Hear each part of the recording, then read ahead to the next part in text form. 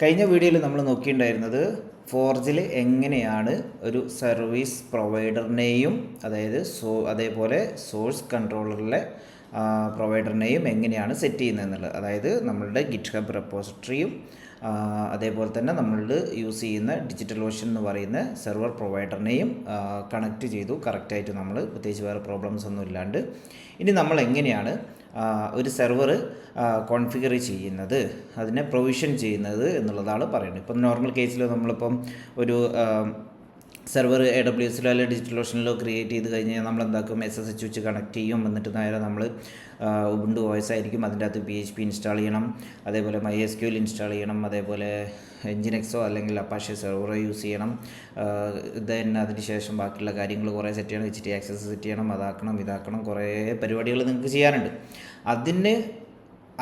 ആ ഒരു പ്രോസസ്സൊക്കെ ഇത് സിംപ്ലിഫൈ ചെയ്ത് തരാണ് ഇവിടെ വരുന്നത്. ഓക്കെ, നമ്മൾ ലാറവൽ ആപ്ലിക്കേഷൻ ഡിപ്ലോയ് ചെയ്യുക, ഇത് കംപ്ലീറ്റ്ലി ഫോർജ് എന്ന് പറയുന്നത് ലാറവലിന് വേണ്ടി മാത്രമുള്ള സാധനമാണ്.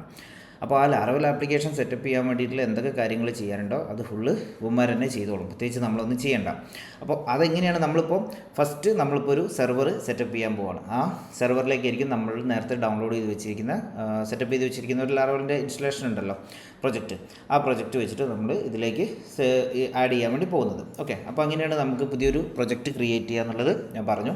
പ്രത്യേകം ശ്രദ്ധിക്കണം, 5 ദിവസത്തിൻ്റെ ഉള്ളിൽ പോയിട്ട് നിങ്ങളിത് ട്രൈ ചെയ്ത് നോക്കുകയാണെന്നുണ്ടെങ്കിൽ 5 ദിവസത്തിൻ്റെ ഉള്ളിൽ പോയിട്ട് കാർഡ് റിമൂവ് ചെയ്ത് കളയണം, അല്ലെങ്കിൽ സബ്സ്ക്രിപ്ഷൻ ക്യാൻസൽ ചെയ്ത് കളയണം. ഈ ലെവലിൽ ചെയ്ത് കളഞ്ഞില്ലെങ്കിൽ നിങ്ങൾക്ക് $12 അല്ലെങ്കിൽ നിങ്ങൾ $19 പ്ലാനാണ് ചൂസ് ചെയ്യുന്നതെങ്കിൽ അത് നിങ്ങൾക്ക് എന്താവും, ചാർജബിൾ ആയിരിക്കും നിങ്ങളെ കാർഡിൽ നിന്ന്. അപ്പോൾ അതുകൊണ്ട് അത് എത്രയും വൺസ് നിങ്ങൾ ഇതൊക്കെ ഒന്ന് ചെയ്ത് നോക്കി സെറ്റായി കഴിഞ്ഞിട്ടുണ്ടെങ്കിൽ അത് പോയിട്ട് റിമൂവ് ചെയ്ത് കളയാം. ഓക്കെ, പൈസ കളയാണ്ടിരിക്കാൻ വേണ്ടിയിട്ടുള്ളൊരു ചെറിയൊരു ടിപ്പ്. ഓക്കെ, അപ്പോൾ ഈ 5 ദിവസത്തിൻ്റെ ഉള്ളിൽ നിങ്ങൾ ചെയ്യാൻ വേണ്ടിയിട്ടുള്ള ഫസ്റ്റ് വേണ്ട എന്താണെന്ന് വെച്ച് കഴിഞ്ഞാൽ ക്രിയേറ്റ് സെർവർ, അതായത് സെർവറിനെ ക്രിയേറ്റ് ചെയ്യുക എന്നുള്ളത്. അതിന് ഇവിടെ ക്രിയേറ്റ് സെർവർ എന്ന് പറഞ്ഞിട്ടുള്ള ഒരു ബട്ടൺ ഉണ്ട്.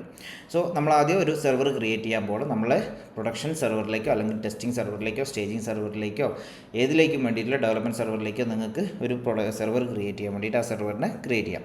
സോ ഇതിൽ ക്ലിക്ക് ചെയ്യുന്ന സമയത്ത് ഇങ്ങനെ ഒരു ഓപ്ഷൻ വരും. ഇവിടെ നോക്കി ഇതൊക്കെ ഡിസേബിൾ ആയി കിടക്കുന്നുണ്ടോ. കസ്റ്റം VPS എനേബിൾഡ് ആയിരിക്കും, ഡിജിറ്റൽ ഓഷനും എനേബിൾ ആയിരിക്കും. കാരണം എന്താ, ഡിജിറ്റൽ ഓഷൻ നമ്മൾ ഓൾറെഡി കഴിഞ്ഞ വീഡിയോയിലൊക്കെ എങ്ങനെയാണ് കണക്ട് ചെയ്യുന്നത് കറക്റ്റായിട്ട് ഞാൻ കാണിച്ചു തന്നിട്ടുണ്ടായി. ഞാനിവിടെ ഡിജിറ്റൽ ഓഷൻ്റെ ഒരു അക്കൗണ്ട് ക്രിയേറ്റ് ചെയ്തിട്ട് അതിൻ്റെ അകത്ത് നിന്ന് എങ്ങനെയാണ് എടുക്കേണ്ടത് എന്നുള്ളത് കറക്റ്റായിട്ട് കാണിച്ചു തന്നിട്ടുണ്ടായിരുന്നു. അപ്പോൾ അതുകൊണ്ടാണ് ഈ ഡിജിറ്റൽ ഓഷൻ ഇവിടെ എനേബിൾ ആയി കിടക്കുന്നത്. ഈ Akamaiയും AWSും ഒന്നും ഇത് കണക്റ്റ് ആയിട്ട് ഇവിടെ കാണിക്കുന്നില്ല നമ്മൾ, ബിക്കോസ് ഇവിടെ ഡിജിറ്റൽ ഓഷൻ മാത്രമേ നമ്മൾ കണക്ട് ചെയ്തിട്ടുള്ളൂ.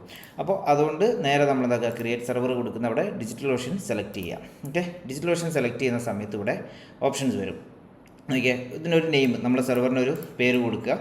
then അതേപോലെ ടൈപ്പ് ഉണ്ട് ഇവിടെ. ഈ ടൈപ്പാണ് മെയിനായിട്ടുള്ള ഇവിടുത്തെ ഒരു കാര്യം, അത് പ്രത്യേകം ശ്രദ്ധിക്കുക. അതായത് ടൈപ്പിൽ പോയി നോക്കിക്കഴിഞ്ഞാൽ ആപ്പ് സെർവർ ഉണ്ടാവും, വെബ് സെർവർ ഉണ്ടാവും, വർക്കർ സെർവർ ഉണ്ടാവും, ഡാറ്റാബേസ് സെർവർ, ക്യാഷെ സെർവർ, മിലി സെർച്ചിൻ്റെ സെർവർ, ലോഡ് ബാലൻസർ.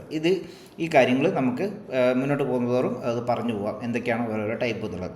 അപ്പം ഇതിൽ ആപ്പ് സെർവറും വെബ് സെർവറും തമ്മിലുള്ള ഡിഫറൻസ് എന്താണെന്ന് വെച്ച് കഴിഞ്ഞാൽ, ഈ ആപ്പ് സെർവർ നിങ്ങൾ നോക്കിയാൽ കാണാം, ഇവിടെ ക്ലിക്ക് ചെയ്യുന്ന സമയത്ത് ഇതുണ്ടാവും, ഈ PHP ഉണ്ടാവും, അതിൻ്റെ അകത്ത് എൻജിനെക്സ് ആണ് വെബ് സെർവറായിട്ട് ഉണ്ടാവുക, ഡാറ്റാബേസ് ഉണ്ടാവും, അതിൻ്റെ അകത്ത് റെഡിസ് ഇൻസ്റ്റാൾഡ് ആയിരിക്കും ക്യാഷിങ്ങിന് വേണ്ടിയിട്ടുള്ള. മെംകാസ്റ്റ് എന്ന് പറയുന്ന ക്യാഷിങ്ങിൻ്റെ സെർവറും ഓട്ടോമാറ്റിക്കലി അതിൻ്റെ അകത്ത് ഇൻസ്റ്റാൾഡ് ആയിരിക്കും നമ്മളിത് പ്രൊവിഷൻ ചെയ്ത് കഴിയുന്ന സമയത്ത്. അതാണ് ആപ്പ് സെർവർ എന്ന് പറയുന്നത് വരുന്നത്. ഇപ്പോൾ വെബ് സെർവർ നമ്മൾ സെലക്ട് ചെയ്ത് കഴിഞ്ഞ് കഴിഞ്ഞാൽ ഇത് കണ്ടോ, PHPയും എൻജിനെക്സും മാത്രമേ അതിൻ്റെ അകത്ത് ഉണ്ടാവുള്ളൂ. അതായത് അതൊരു ഡാറ്റാബേസ്, നമുക്ക് ഇപ്പോൾ ഒരു സ്റ്റാറ്റിക് വെബ്സൈറ്റാണ് നമ്മൾ ഡിപ്ലോയ് ചെയ്യുന്നുണ്ടെങ്കിൽ നമുക്ക് ഡാറ്റാബേസിൻ്റെ ആവശ്യമില്ല, ക്യാഷിങ്ങിൻ്റെ ആവശ്യമില്ല, മെംകാസ്റ്റിൻ്റെ ആവശ്യമില്ല, ഒന്നിൻ്റെ ആവശ്യമില്ല. ഓക്കെ, അപ്പോൾ ആ ലെവലിലേക്ക് നമുക്ക് അത് മതി എന്നുണ്ടെങ്കിൽ നമുക്ക് എന്താക്കാം, PHPയും എൻജിനെക്സും മാത്രം മതി. പക്ഷേ നമ്മൾ ലാറവൽ പ്രൊജക്റ്റ് ഒരു MySQLും കാര്യങ്ങളും എല്ലാം കൂടി ഉള്ള സംഭവമാണല്ലോ. അപ്പോൾ അതുകൊണ്ട് ആ ലെവലിലേക്ക് നമുക്ക് എന്താക്കാം, ഒരു ആപ്പ് സെർവർ സെറ്റ് ചെയ്യാം. അപ്പോൾ ആപ്പ് സെർവറിൽ ഇത്രയും സാധനങ്ങൾ ഇതിൻ്റെ അകത്ത് ബൈ ഡിഫോൾട്ട് ഇൻസ്റ്റാൾഡ് ആയിട്ട് വരും. ഓക്കെ, ഇതിൽ ഇനി റീജിയൻ സെലക്ട് ചെയ്യാനാണ് വരുന്നത്. ഇപ്പോൾ നമ്മളിപ്പം നമ്മളെ ലേറ്റൻസി ഒഴിവാക്കാൻ വേണ്ടിയിട്ടും അങ്ങനത്തെ കാര്യങ്ങൾക്ക് നമ്മൾ അടുത്തുള്ള റീജിയൻ ഏതാണെന്ന് വെച്ചാൽ കൊടുക്കുക. അതിലിപ്പോൾ റീജിയനിൽ പോയി കഴിഞ്ഞാൽ നമുക്ക് ഇന്ത്യയിലാണെങ്കിൽ ബാംഗ്ലൂരിൻ്റെ റീജിയൻ കിടക്കുന്നുണ്ട്. ഇപ്പോൾ ഇതിനനുസരിച്ച് നിങ്ങളുടെ പ്രൊജക്റ്റ് എവിടെയാണോ റൺ ചെയ്യുന്നത് അതിനനുസരിച്ചുള്ള ഒരു സ്ഥലത്ത് നോക്കിയിട്ട് ഇതാക്കുക. ഞാനിപ്പോൾ തൽക്കാലം ബാംഗ്ലൂർ കൊടുക്കുന്നു. ബാംഗ്ലൂർ കൊടുത്ത് കഴിഞ്ഞതിന് ശേഷം സെർവറിൻ്റെ സൈസാണ്. സെർവർ സൈസ് എന്ന് വെച്ച് ചോദിക്കുക, 1 GB റാമുള്ള 1 വിർച്വൽ CPU ഉള്ള കോറിൽ 25 GB SSD ഉള്ള ഒരു സെർവറിൻ്റെ എടുക്കാൻ വേണ്ടിയിട്ടാണ് നമ്മളോട് ഇവർ സജസ്റ്റ് ചെയ്യുന്നത്. അപ്പോൾ നമുക്കിവിടെ ഡ്രോപ്പ് ഡൗണിൽ പോയി നോക്കിക്കഴിഞ്ഞാൽ ഇവിടെ കുറേ ഓപ്ഷൻസ് ഉണ്ടാവും ആണല്ലേ, ഒരുപാട് ഓപ്ഷൻസ്. ഇത് ആക്ച്വലി കംപ്ലീറ്റ്ലി വരുന്ന ഡിജിറ്റൽ ഓഷൻ്റെ സെർവറിൻ്റെ ഓപ്ഷൻസാണ് ഇവിടെ വരുന്നത്. ഓക്കെ, അപ്പോൾ നമുക്കിവിടെ പോയി നോക്കി കഴിഞ്ഞ് കഴിഞ്ഞാൽ ഇതാണ് ഡിജിറ്റൽ ഓഷൻ നമ്മൾ ക്രിയേറ്റ് ചെയ്തിരിക്കുന്നത്. ഈ ഡിജിറ്റൽ ഓഷൻ്റെ അവിടെ പോയി കഴിഞ്ഞ് കഴിഞ്ഞാൽ നമുക്ക് ഒരു സെക്കൻഡ് ലോഡ് ആയിക്കോട്ടെ. ഇവിടെ ക്രിയേറ്റ് എന്ന് പറഞ്ഞിട്ടുള്ള DigitalOceanൽ ക്രിയേറ്റ് ഡ്രോപ്ലെറ്റ് ആണ്. ഡ്രോപ്ലെറ്റ്സ് എന്ന് പറയും സെർവർ ക്രിയേറ്റ് ചെയ്യാൻ വേണ്ടിയിട്ടുള്ളത്. സോ നമ്മൾ ക്രിയേറ്റ് ഡ്രോപ്ലെറ്റ് കൊടുക്കുന്ന സമയത്ത് അവിടെ ഈ ഓപ്ഷൻസ് ഒക്കെ ഉണ്ടാവും അതിൻ്റെ അകത്ത്. ജസ്റ്റ് ഒന്ന് പോയിട്ട് നോക്കിയിട്ട് കാണിച്ചു തരാം. ഏത് ടൈപ്പാണ് വേണ്ടത് എന്നുള്ളതൊക്കെ, എത്ര റാം വേണം, എത്ര വിർച്വൽ CPU വേണം, അതിനെ ബേസ് ചെയ്തിട്ടാണ് നമ്മൾ പെർഫോമൻസ് കംപ്ലീറ്റ്ലി റൺ ചെയ്യുന്നത്. അപ്പോൾ ആ ലെവലിലേക്ക് നമുക്ക് ഇവിടുന്ന് പറഞ്ഞു കൊടുക്കാൻ പറ്റും. ഇപ്പോൾ ഇത് കണ്ടില്ലേ, ഇവിടെ ഇന്ത്യ ബാംഗ്ലൂർ എന്ന് പറയുന്ന ഈ ഒരു കണ്ടില്ലേ റീജിയൻസ് ആണ് അവിടെ വരുന്നത് നമുക്ക്. അതിൽ ബാംഗ്ലൂരിൽ ഉബുണ്ടു സെർവറിൽ ബേസിക് ആയിട്ടുള്ളതിൽ നമുക്ക് ഉണ്ടാവുക $7 സ്റ്റാർട്ട് ചെയ്യുന്നത്. അതായത് $7 അതിൻ്റെ താഴെയുണ്ട്. $6 $4 എന്താ ഡിസേബിൾ ആയി കിടക്കുന്നത് എനിക്കറിയാൻ പറ്റില്ല. ഇതിൽ ജനറൽ പർപ്പസ് കൊടുത്തു കഴിഞ്ഞാൽ ഒരു മിനിറ്റ്, ബേസിക്കിൻ്റെ അകത്ത് നമുക്ക് $6 അതായത് നോക്കിയാൽ 1 GB CPU, 25 GB SSD, 1000 GB transfer, ഇതാണ് ഇതിൻ്റെ പ്ലാനിൽ വരുന്നത്. $6 അതായത് 6-48 ഒരു 500 രൂപ മന്ത്ലി വരുന്ന ഒരു സെർവറാണ് ആക്ച്വലി ഇതെന്ന് പറയുന്നത്. ഓക്കെ, അപ്പോൾ ഈ സാധനം നിങ്ങൾക്ക് വേണമെങ്കിൽ ഇവിടുന്ന് ചൂസ് ചെയ്തിട്ട് ഇവിടുന്നും ഇത് സെർവർ നിങ്ങൾക്ക് ക്രിയേറ്റ് ചെയ്യാം. പക്ഷേ നമ്മളിവിടെ 4G യൂസ് ചെയ്യുന്നത് എന്തിനാണെന്ന് വെച്ച് കഴിഞ്ഞാൽ ഈ DigitalOceanൻ്റെ അകത്തേക്ക് നമുക്ക് ശരിക്കും പറഞ്ഞ് വരേണ്ട ആവശ്യം പോലും ഇല്ല. അപ്പോൾ ഈ ഒരു ഓപ്ഷൻസാണ് ആക്ച്വലി ഇവിടെ കാണിച്ചു തരുന്നത്. ഓക്കെ, അതായത് ഇവിടെ 16 GB Ram, 32 GB Ram, 64 GB Ram, ഇതിനൊക്കെ നല്ല പൈസ വരും. അപ്പോൾ ഇതിലേക്കൊന്നും തൽക്കാലം നിങ്ങൾ പോകാൻ നിൽക്കണ്ട, വലിയ കളികൾ കളിക്കേണ്ട ആവശ്യമില്ല. ഇതിൽ 1 GB റാം, ഇത് കണ്ടില്ലേ 1 GB റാം, ഈ ലെവലിലേക്കുള്ള സാധനങ്ങളുണ്ട്. ഇതിൻ്റെ അകത്ത് 1 GB, ഇതിൻ്റെ 512 ഉണ്ടോ നോക്കിയൊക്കെ നമുക്കൊന്ന് ജസ്റ്റ് ഒന്ന് സ്ക്രോൾ ചെയ്തിടാം. 512 MB റാം, 20 GB SSDൻ്റെ ഈ ഒരു സാധനം കിടക്കുന്നുണ്ട്. അതായത് $4 ഈ ഒരു സംഭവം കണ്ടില്ലേ, കണ്ട 512 MB റാമിൻ്റെ 10 GB ജസ്റ്റ് ഒരു സെർവറാണ് വരുന്നത്. അപ്പോൾ തൽക്കാലം നമുക്ക് എന്തൊക്കെ 1 GBൻ്റെ 1 CPU ഉള്ള 1 GB റാം, 1 വിർച്വൽ CPU ഉള്ളത്, 25 GBൻ്റെ SSD ഉള്ള ഈ സാധനത്തിൽ നമുക്ക് സെലക്ട് ചെയ്യാം. പ്രൈവറ്റ് നെറ്റ്വർക്ക് നിങ്ങൾക്ക് ക്രിയേറ്റ് ന്യൂ, അത് പുതിയ ഒരെണ്ണം ക്രിയേറ്റ് ചെയ്യാൻ വേണ്ടിയിട്ട് തന്നെ വെക്കുക. നെറ്റ്വർക്ക് നെയിം കൊടുക്കണമെന്നില്ല. ഇനിയിപ്പോൾ അഡ്വാൻസ്ഡ് സെറ്റിങ്സ് ഉണ്ട്. അഡ്വാൻസ്ഡ് സെറ്റിങ്സിലേക്ക് പോയി കഴിഞ്ഞ് കഴിഞ്ഞാൽ നിങ്ങൾക്ക് OS ഏതാണെന്ന് വേണ്ടതെന്നുള്ളത് ചൂസ് ചെയ്യാം. 24 ആണോ 22 ആണോ ഉബുണ്ടു വേണ്ടത്, ഏത് PHP വേർഷനാണ് നിങ്ങൾക്ക് വേണ്ടത് എന്നുള്ളത് ഇത് ഇവിടുന്ന് ചൂസ് ചെയ്യാം. പിന്നെ MySQLൻ്റെ ഡാറ്റാബേസ്, MySQL ഏതാണോ നിങ്ങൾക്ക് വേണ്ടത്, PostgreSQL ആണോ ഏതാണ് വേണ്ടത് എന്നുള്ളതൊക്കെ നിങ്ങൾക്ക് ഇവിടുന്ന് ചൂസ് ചെയ്യാം. ഡാറ്റാബേസിൻ്റെ പേരും നിങ്ങൾക്ക്, അതായത് നമ്മളുടെ സെർവറിൽ ഉണ്ടാകുന്ന ഡാറ്റാബേസിൻ്റെ പേരും ഇവിടെ ഇട്ട് കൊടുക്കാം. ഇത്രയും സാധനങ്ങൾ ചെയ്ത് കഴിഞ്ഞതിന് ശേഷം നമ്മൾ ക്രിയേറ്റ് സെർവർ കൊടുക്കുകയാണ്. ഓക്കെ, സോ ഇത്രയാണ് ബേസിക് വരുന്നത്. ഇത് നിങ്ങളുടെ ഡിപ്പെൻഡൻസി അനുസരിച്ച് നിങ്ങൾക്ക് ഏത് വേണമെങ്കിലും ക്രിയേറ്റ് ചെയ്ത് കൊടുക്കാം.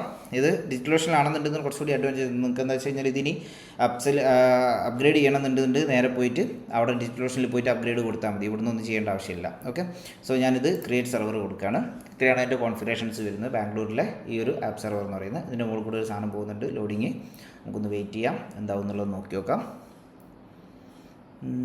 അല്ലേ, ഫസ്റ്റ് തന്നെ സെർവർ ക്രെഡൻഷ്യൽസ്, അതായത് ഇതിൻ്റെ സുഡോ പാസ്വേഡും ഡാറ്റാബേസ് പാസ്വേഡും ഇവർ നമുക്ക് തന്നിട്ടുണ്ട്. അപ്പോൾ ഈ സുഡോ പാസ്വേഡും ഡാറ്റാബേസ് പാസ്വേഡും നമുക്ക് എന്താക്കാം, എവിടെയെങ്കിലും ഒന്ന് എടുത്തു വെക്കാം. അപ്പോൾ ഞാനൊന്ന് എടുത്തു വെച്ചോട്ടെ. സുഡോ പാസ്വേഡ്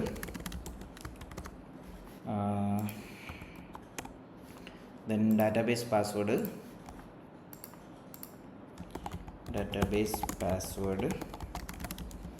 ഇത് രണ്ടും ഞാനിവിടെ കോപ്പി എടുത്ത് വെച്ചിട്ടുണ്ട്. എന്നിട്ട് നേരെ ഞാൻ എന്താക്കുന്നത് ക്ലോസ് ചെയ്യുന്നു. ഓക്കെ, അപ്പോൾ ഇവിടെ പരിപാടി നടക്കുന്നുണ്ട്, ഒരുമാതിരി പണി തുടങ്ങിയിട്ടുണ്ട്.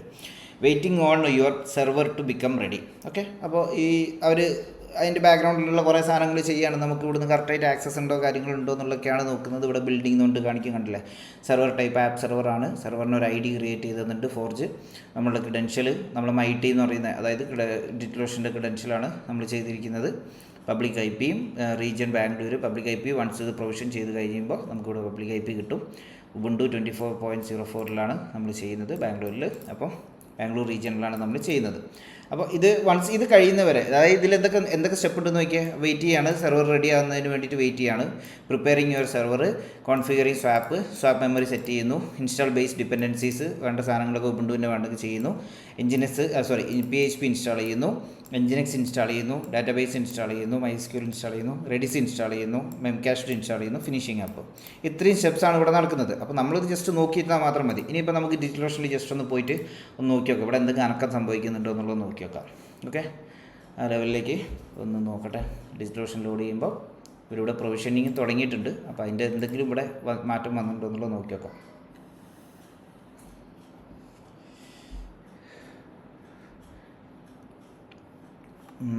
പ്രൊജക്ട്സ്, ഫസ്റ്റ് പ്രൊജക്റ്റ്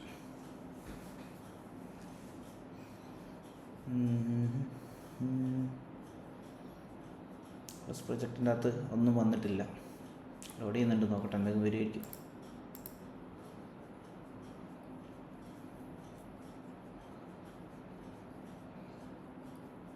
സ്ലോ ആണല്ലോ, ഇത് പറ്റിയാവോ?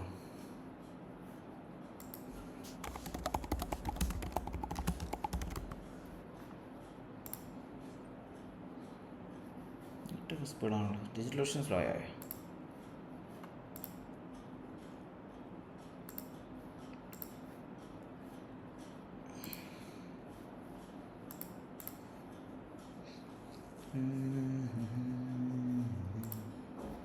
ചില സമയം ഇത് എടുക്കും. ഇവർ പറയുന്നുണ്ട്, V are waiting to here from your server to confirm it's ready to position, hang tight, this could be take A few minutes. കുറച്ച് സമയം എടുക്കും, ഒരു 10-15 മിനിറ്റിൻ്റെ ഉള്ളിൽ ഒരു സമയമൊക്കെ എടുക്കും ഇതൊന്ന് പ്രൊവിഷൻ ചെയ്യാൻ വേണ്ടിയിട്ട്. പക്ഷേ നമുക്ക് ജസ്റ്റ് നോക്കിയിരുന്നാൽ മാത്രമേ മതി, വേറെ ഒന്നും ചെയ്യേണ്ട ആവശ്യമില്ല.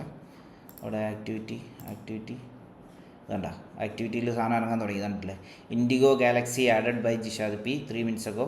IndiGo Galaxy created by Jishad P അല്ലേ? ഇവിടെ അത് ക്രിയേറ്റ് ചെയ്തുകൊണ്ടിരിക്കുകയാണ് ആക്ച്വലി അതിൻ്റെ ബാക്ക്ഗ്രൗണ്ടിൽ. അപ്പോൾ അതുകൊണ്ടാണ് നമുക്ക് വെയിറ്റ് ചെയ്യാം എന്താണ് ഇവിടെ നടക്കുന്നത് എന്നുള്ളത്. അപ്പോൾ നമുക്ക് അതിൻ്റെ മീൻ ടൈമിൽ ഇവിടെ ലാറവലിൻ്റെ പ്രൊജക്റ്റിൻ്റെ അകത്ത് ചെറിയ ചെറിയ എഡി ചേഞ്ചസും കാര്യങ്ങളൊക്കെ ഒന്ന് വരുത്തി നോക്കി നോക്കാം.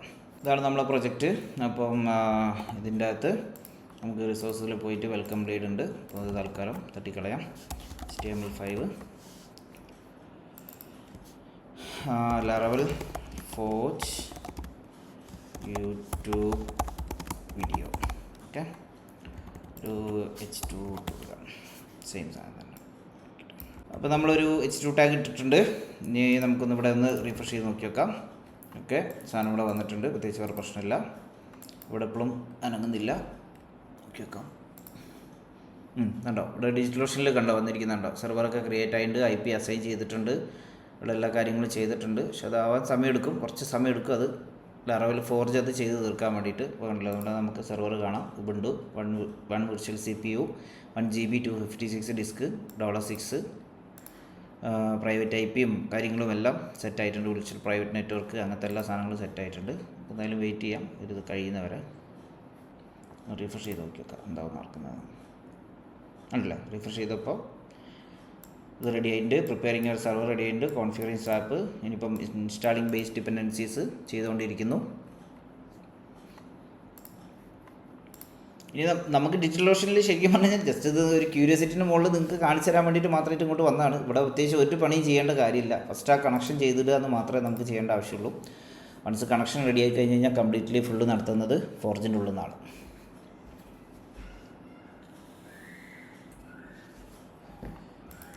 പബ്ലിക് IPയും പ്രൈവറ്റ് IPയും കാര്യങ്ങളൊക്കെ അവിടെ വന്നിട്ടുണ്ട്. അവിടെ നിന്ന് ഫെച്ച് ചെയ്തിട്ട് ഓക്കെ 157.245 അതുതന്നെയായിരിക്കും ഇവിടെ ഉണ്ടാവുക. ഉണ്ടോ, 157.245 എന്ന് പറയുന്ന ഈ സാധനമായിരിക്കും. ഇനിയിപ്പോൾ നിങ്ങൾക്ക് ഇത് അപ്ഗ്രേഡ് ചെയ്യണമെന്നുണ്ട്. ഇവിടെ അപ്സൈസ് എന്ന് പറഞ്ഞ ബട്ടൺ ഉണ്ട്, അത് ക്ലിക്ക് ചെയ്ത് കഴിഞ്ഞ് കഴിഞ്ഞാൽ നിങ്ങൾക്ക് എന്താക്കാം, സെർവർ ഇവിടുന്ന് അപ്ഗ്രേഡ് ചെയ്യാം. കുറേ ഇതിപ്പോൾ 1 GB ഉള്ളത് 2 GB മാറണോ, 3 GB മാറണോ, 4 GB മാറണോ എന്നുള്ളതൊക്കെ ഇതിൻ്റെ അകത്ത് ഉണ്ട്. ആ ലെവലിൽ നിങ്ങൾക്ക് ഇവിടുന്ന് എന്ത് വേണമെന്നുണ്ടെങ്കിലും ചെയ്യാനും പറ്റും. അപ്ഗ്രേഡ് ചെയ്യുന്ന പരിപാടി ഫോർജ് ചെയ്യുന്നില്ല, ജസ്റ്റ് പ്രൊവിഷൻ ചെയ്യുന്ന പരിപാടി മാത്രമേ ഫസ്റ്റ് ചെയ്യുള്ളൂ. ഫസ്റ്റല്ല, എൻ്റയർലി പ്രൊവിഷനിങ് മാത്രമേ അവർ ചെയ്യത്തുള്ളൂ. പക്ഷേ ഡിജിറ്റൽ ഓഷൻ കുറച്ചുകൂടി ഈസിയാണ് എനിക്ക് ഇതുവരെ യൂസ് ചെയ്തതിന് ശേഷം. അല്ല, PHP ഇൻസ്റ്റാൾ ചെയ്ത് കഴിഞ്ഞു, ഇപ്പം Nginx ഇൻസ്റ്റാൾ ചെയ്യുന്നു, ഇവിടെ അപ്ഡേറ്റ് നടക്കുന്നുണ്ടല്ലോ.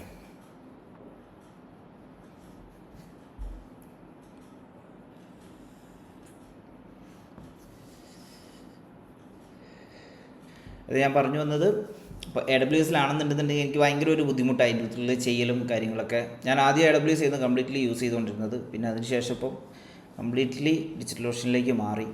കുറച്ചുകൂടി എനിക്ക് എളുപ്പമായിട്ട് തോന്നുന്നതും ഒരു യൂസർ ഇൻ്റർഫേസും കാര്യങ്ങളൊക്കെ ഡിജിറ്റൽ ഓഷൻ്റെ അകത്താണ് എനിക്ക് കുറച്ചുകൂടി ഒരു സുഖമായിട്ട് തോന്നിയിട്ടുള്ളത്. എന്തായാലും കഴിയുന്നവരെ നമുക്ക് വെയിറ്റ് ചെയ്യാം.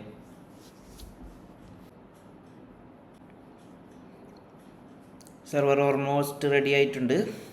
എല്ലാ സാധനങ്ങളും ഇൻസ്റ്റാൾ ആയിട്ടുണ്ട്. Install PHP, Nginx, database, Redis, Memcached. ഈ മെംകാസ്റ്റൊക്കെ റെഡീസൊക്കെ നിങ്ങൾ യൂസ് ചെയ്യുന്നുണ്ട് ചെയ്താൽ മതി. പക്ഷേ ഇതിൻ്റെ അകത്ത് പ്രീ ഡിഫോൾട്ട് ആയിട്ടുള്ള ഒരു സെറ്റിങ്സ് ആയതുകൊണ്ട് അതെല്ലാം ഓട്ടോമാറ്റിക്കലി ഇൻസ്റ്റാൾ ആകുന്നതാണ് ഉബുണ്ടുവിൻ്റെ അകത്ത്. നമുക്ക് വെയിറ്റ് ചെയ്യാം. ഓക്കെ, നമ്മളെ സെർവർ റെഡി ആയിട്ടുണ്ട്. ഇവിടെ അൺനോൺ എന്ന് കാണിക്കുന്നുണ്ട്. ഇതെന്താണോ, റിഫ്രഷ് ചെയ്ത് നോക്കട്ടെ. കണക്റ്റഡ്. Okay, fine. എല്ലാം സൂപ്പറായിട്ട് വർക്കായിട്ടുണ്ട്. കണ്ടില്ലേ, പബ്ലിക് IP വന്നിട്ടുണ്ട്, പ്രൈവറ്റ് IP എല്ലാ സാധനങ്ങളും വന്നിട്ടുണ്ട്. റീജിയൻ ബാംഗ്ലൂർ ഉബുണ്ടു 24.04, അതായത് ഈ സെർവർ ഇപ്പോൾ ആക്ച്വലി എൻ്റയർലി റെഡി ആയിട്ടുണ്ട്, നമുക്ക് ലാറവൽ ഡിപ്ലോയ് ചെയ്യാൻ വേണ്ടിയിട്ട് റെഡി ആയിട്ടുണ്ട് എന്നാണ് അർത്ഥം. ഓക്കെ, സോ ഇനി ഞാൻ ഒന്നുകൂടി ബാക്ക് ടു സെർവേഴ്സ് വരാം. ഹോം പേജിലേക്ക് വരുന്ന ഇതിൻ്റെ ഫോർജിൻ്റെ ബാക്ക് ടു സെർവേഴ്സ് കൊടുത്തു കഴിഞ്ഞ് കഴിഞ്ഞാൽ ഇവിടെ കാണാം, നമുക്ക് നോക്കിയാൽ ഗ്രിഡ് NKView ആണ് ഇഷ്ടം. ഇതുണ്ടല്ലേ, ഇവിടെ നമ്മൾ ഈ സെർവർ കണക്റ്റഡ് ആയിട്ട് കിടക്കുന്നുണ്ട്. ഇനിയിപ്പോൾ നമുക്ക് അടുത്ത സെർവർ ക്രിയേറ്റ് ചെയ്യണമെന്നുണ്ടെങ്കിൽ അതേപോലെ തന്നെ നമുക്ക് വേറൊരു കോൺഫിഗറേഷനിൽ സെർവർ ക്രിയേറ്റ് ചെയ്യണമെന്നുണ്ടെങ്കിൽ ആ സെർവർ അതിനനുസരിച്ച് കാര്യങ്ങൾ സെറ്റ് ചെയ്തിട്ട് നമുക്ക് എന്താക്കാം, ആ ലെവലിലേക്ക് നമുക്ക് പുതിയ സെർവറും ക്രിയേറ്റ് ചെയ്യാം. ഇനിയിപ്പോൾ AWSൽ പുതിയ ചെയ്യണമെന്നുണ്ടെങ്കിൽ അതും ചെയ്യാം നിങ്ങൾക്ക്. പക്ഷേ 2 സെർവർ ക്രിയേറ്റ് ചെയ്യണമെന്നുണ്ടെങ്കിൽ നിങ്ങൾ $19 പ്ലാൻ ആയിരിക്കണം എടുക്കേണ്ടത്. $12 പ്ലാൻ എടുക്കുകയാണെന്ന് നിങ്ങൾക്ക് ഒരു സെർവർ മാത്രമേ ക്രിയേറ്റ് ചെയ്യാൻ പറ്റുള്ളൂ. അതാണ് ഫോർജിൻ്റെ പ്രൈസിങ്ങിലുള്ള സബ്സ്ക്രിപ്ഷൻ മോഡലിലുള്ള ചെറിയൊരു ഇതെന്ന് പറയുന്നത്. അപ്പോൾ നിങ്ങളുടെ കമ്പനിയിൽ മൾട്ടിപ്പിൾ ക്ലയൻസും കാര്യങ്ങളും ഉണ്ടെന്നുണ്ടെങ്കിൽ ആ ലെവലിലേക്ക് നിങ്ങൾക്ക് സെറ്റപ്പ് ചെയ്യാം. അപ്പോൾ ഇതാണ് നമ്മളുടെ ഇപ്പോൾ ക്രിയേറ്റ് ചെയ്തിരിക്കുന്ന സെർവർ. ഓക്കെ, ഇനി ഇതിൽ എങ്ങനെയാണ് പുതിയ സൈറ്റ് ക്രിയേറ്റ് ചെയ്യുന്നത് അങ്ങനത്തെ കാര്യങ്ങളൊക്കെ ഞാൻ നെക്സ്റ്റ് വീഡിയോയിൽ പറയാം. വീഡിയോ ലെങ്ത് ആയിപ്പോവും, അതുകൊണ്ടാണ്. അപ്പോൾ ഈ സംഭവം അതായത് സെർവർ ക്രിയേറ്റ് ചെയ്യുന്നത് എങ്ങനെയാണെന്നുള്ളതൊക്കെ കറക്റ്റായിട്ട് നിങ്ങൾക്ക് മനസ്സിലായിട്ടുണ്ടാവും എന്ന് വിചാരിക്കുന്നു. ഇവിടെ ഡിജിറ്റൽ ഓഷനിലെല്ലാം കറക്റ്റായിട്ട് സംഭവം സെറ്റായിട്ട് വന്നിട്ടുണ്ട്, പ്രത്യേകിച്ച് വേറെ പ്രശ്നങ്ങളും കാര്യങ്ങളൊന്നുമില്ല. ഓക്കെ, അപ്പോൾ എന്തായാലും നെക്സ്റ്റ് വീഡിയോയിൽ എങ്ങനെയാണ് സൈറ്റ് സെറ്റ് ചെയ്യുന്നത്, ഇപ്പോൾ സെർവർ നമ്മൾ സെറ്റ് ചെയ്തു, ഇനി നമ്മൾ സൈറ്റ് സെറ്റ് ചെയ്യാൻ പോവാണ്. അപ്പോൾ അതെങ്ങനെയാണെന്നുള്ളത് കറക്റ്റായിട്ട് കാണിച്ചു തരാം. ഓക്കെ, അപ്പോൾ ബൈ.